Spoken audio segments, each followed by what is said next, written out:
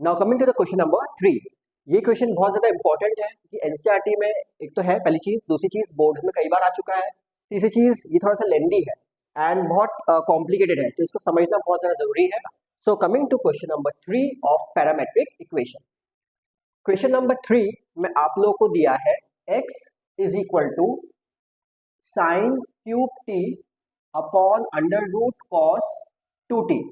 तो सबसे पहला जो मैंने काम करना है वो ये करना है कि इसमें लगेगा dx बाई डी में डिवीजन रूल। तो मैंने यहाँ लिखा dx बाई डी और यहाँ मैंने लगाया डिवीजन रूल। डिवीजन रूल क्या कहता है? नीचे वाले का स्क्वायर, नीचे वाले का स्क्वायर, जिसका अभी स्क्वायर किया उसको आराम करने दो, उसे कुछ मत करो, और डिफरेंशिएशन कर दो ऊपर वाले का, न्यूमरेटर का, माइनस अब रिवर्स कर दो। अब साइन क्यूब टी बाहर and d by d t of root cos 2t। अब देखते हैं इसमें अब क्या करना है। अब इसमें अगर हम देखें तो cos 2t रूट में जो है उसको ऐसे रहने दो। साइन क्यूब टी का डिफरेंशिएशन चेन रूल से आएगा, 3 साइन स्क्वायर टी और साइन टी का cos टी माइनस ये ऐसे रहेगा,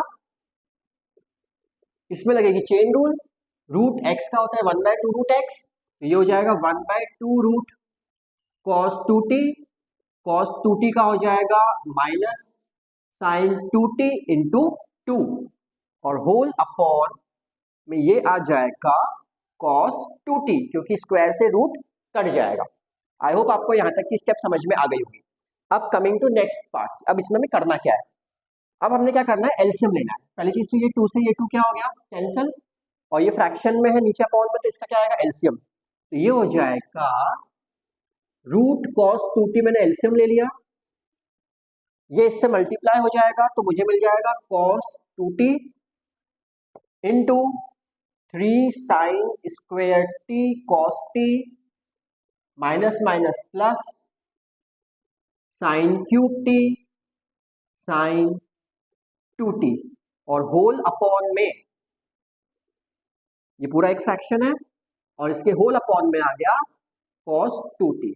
अब आपको एक प्रॉपर्टी पता होनी चाहिए कि अगर फ्रैक्शन है a अपॉन b और होल अपॉन में c है, तो फ्रैक्शन के नीचे एक और टर्म है c, तो this can be written as a upon b c. तो इसको हम ऐसे लिख सकते हैं। तो सिमिलरली इसको मैं क्या कर सकता हूँ कि फ्रैक्शन के नीचे अगर ये है तो ये दोनों क्या हो जाएंगे, मल्टीप्लाई में हो जाएंगे। तो इसको मैं यहाँ पे डायरेक्टली लिख देता हूँ, तो I will get cos 2t का इसमें हो जाएगा मल्टीप्लाई और यहाँ आ जाएगा एक और cos 2t यहाँ पे। तो ये हो गया हमारा dx by d T. Similarly अब हम बात करेंगे dy बाय dt की। तो अब dy बाय dt के लिए मैंने क्या किया, y कितना है, cos cube t whole upon root cos 2t। ठीक है, इतना पार्ट मैं अब मिटा रहा हूं।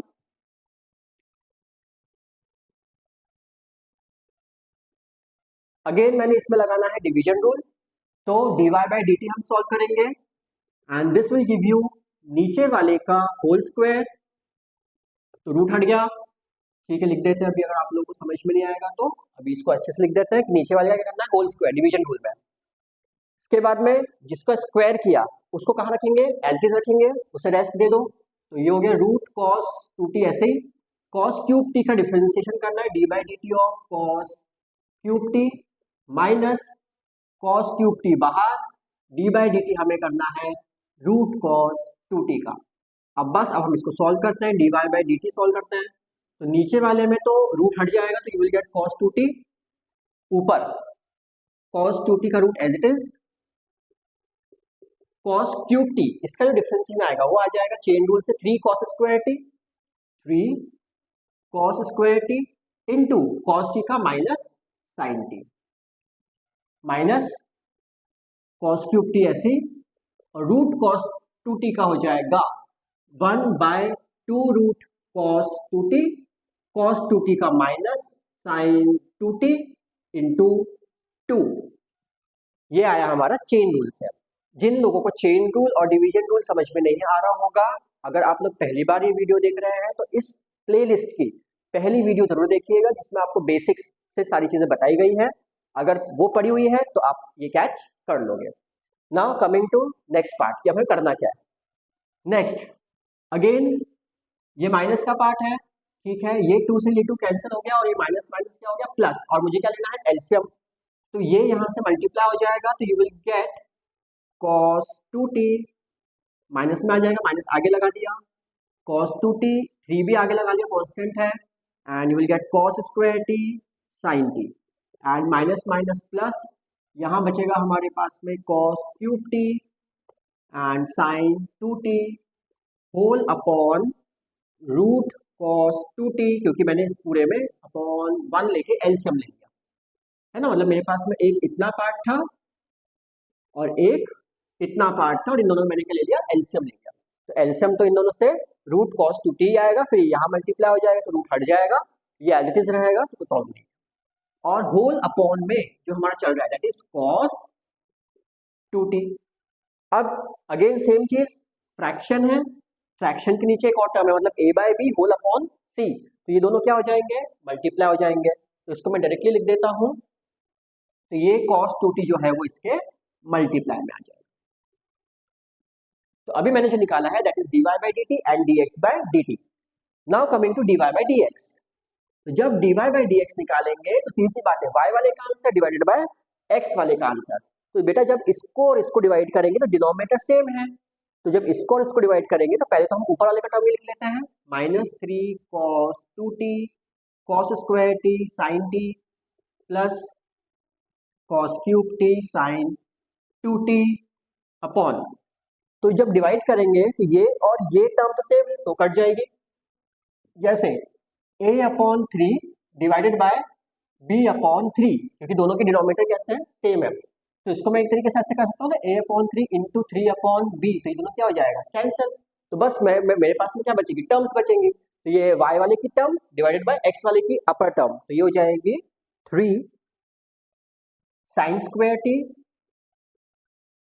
cos t cos 2t plus sine cube t sine 2t, तो ये मेरा आया dy by d x. But ये हमारा आंसर नहीं है, ये अभी और सिंप्लीफाइड होगा और छोटा आंसर इसका आएगा। अगर प्रूव करने के लिए आया है जो अभी मैं आंसर और लाने वाले हैं तो आपको पूरा करना पड़ेगा, लेकिन जिन बच्चों का डिफरेंस में बहुत वीक है वो यहाँ तक लाके भी उसको एटलीस्ट ड्रॉप कर सकते हैं, पूरे मार्क्स नहीं मिलेंगे, शायद आपको 4 में से 2 मार्क्स तो मिल ही जाएंगे। एंड उसको और कंप्लीट करने के लिए आगे की स्टेप्स देखते हैं, तो मैं बाकी की सारी चीजें हटा रहा हूँ और सिर्फ हम सॉल्व करेंगे dy बाई डी एक्स। अब देखिए सिंप्लीफाई कैसे करना है। अब हम आते हैं dy बाई डी एक्स। अब -3, पहली चीज देखिए दोनों में कुछ कॉमन निकल रहा है क्या, कॉमन निकल सकता है क्या, निकल सकता है, दोनों में से cos स्क्वायर टी कॉमन निकल सकता है, तो मैंने क्या किया पहले cos स्क्वायर टी कॉमन निकाला, तो अंदर क्या क्या बचा देखते हैं, -3 cos 2t sin t plus cos t sin 2t, और नीचे से भी अगर हम देखें तो क्या कॉमन निकल सकता है, साइन स्क्वायर भी कॉमन निकल सकता है, तो मैंने वो भी कॉमन निकाल लिया, तो मेरे पास यहाँ बच जाएगा 3 cos t cos 2t plus sine square T common निकाला तो मेरे पास बचा sin t and sin 2t। ठीक है, अब आगे बढ़ते हैं, इससे अभी कुछ मत करिए, cos square T sin square T अभी ऐसे ही रहने दीजिए, वापस भेजना पड़ेगा अंदर। अब देखिए sin 2t को हम लिख सकते हैं 2 sin t cos t, तो मैंने यहाँ लिखा -3 cos 2t sin t plus cos t, और sin 2t को लिख दिया 2 sin t cos t whole upon, इधर भी sin 2t को भी लिख सकते हैं, तो ये ऐसे रहने दो, ये term as it is, sin t as it is, sin 2t को लिख सकते हैं 2 sin t cos t। अभी और कॉमन निकलेगा, अब क्या कॉमन निकलेगा देखते हैं, तो cos स्क्वायर टी ऐसे ही, sin स्क्वायर टी ऐसे ही, कॉमन में अगर मैं देखूं तो इधर से ऊपर से sin t कॉमन निकल रहा है तो ये बाहर आ गया, और नीचे में cos t कॉमन निकल रहा है तो ये भी बाहर आ गया, तो अंदर अब क्या क्या बचा वो देखते हैं, -3 cos 2t plus 2 cos square t 3 cos 2t plus 2 sin square t, तो एक साइन से एक साइन कैंसिल, एक cos से एक cos कैंसल। अब यहाँ पे cos स्क्वायर है, नीचे sin स्क्वायर है, तो दिमाग क्या लगाओगे कि cos 2t का cos वाला फॉर्मूला कौन सा है, और नीचे यहाँ sin स्क्वायर है, तो cos 2t का sin वाला फॉर्मूला कौन सा है। तो cos 2t के 4 फॉर्मूले होते हैं, तो दैट इज वो हमें यूज करने पड़ेंगे। तो यहाँ पे हम आते हैं, तो you will get cos t upon sin t, ये हो जाएगा -3। अब क्योंकि cos स्क्वायर है, तो cos 2t को लिख सकते हैं 2 cos स्क्वायर t -1, ये एक फॉर्मूला है हमारे पास में, प्लस ये ऐसे रहने दो 3 ऐसे, इस यहाँ पे साइन स्क्वायर है, तो cos 2t का साइन का formula that is 1 - 2 sin square t plus 2 sin square t।